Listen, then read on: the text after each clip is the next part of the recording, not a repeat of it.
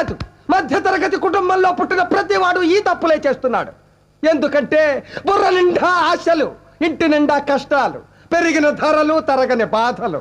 పాలవాడికి, నీళ్లవాడికి, రెంటుకి, కరెంటుకి, రేషన్కి, మందులకి, కూరలకి, కూతుళ్ళకి, అల్లుళ్ళకి, కొడుకులకి, చదువులకి, పండగలకి, పబ్బాలకి, శుభాలకి, అశుభాలకి, అన్నిటికీ ఖర్చు ఖర్చు ఖర్చు. తెల్లవారితే సమస్య, నోరు విప్పితే డబ్బు, అడుగు వేస్తే అప్పు. అన్నిటికీ సాకు 1వ తారీఖు. అది సర్వరోగ నివారిణి. 1వ తారీఖు అని 30 రోజులు ఎదురు చూస్తాం సార్. చివరికి అది ఇలా వచ్చి అలా వెళ్ళిపోతుంది. వరద బాధితులను ఆదుకోవడానికి హెలికాప్టర్. 1వ తరగతి వాడికి 2వ తరగతి, 2వ తరగతి వాడికి 3వ తరగతి, ఇలా అన్ని తరగతుల వాళ్ళకి ఎదుగుదల ఉంటుంది. ఒక్క మధ్య తరగతి వాడికి మాత్రం ఎదుగుదల ఉండదు సార్. ఒక్కడు రెక్కలు ముక్కలు చేసుకుని సంపాదిస్తుంటే 10 మంది అడ్డగాడిలా కూర్చుని తినే దౌర్భాగ్య సాంప్రదాయం మారినంత వరకు మా మధ్య తరగతి కుటుంబాల కథ ఇంతే.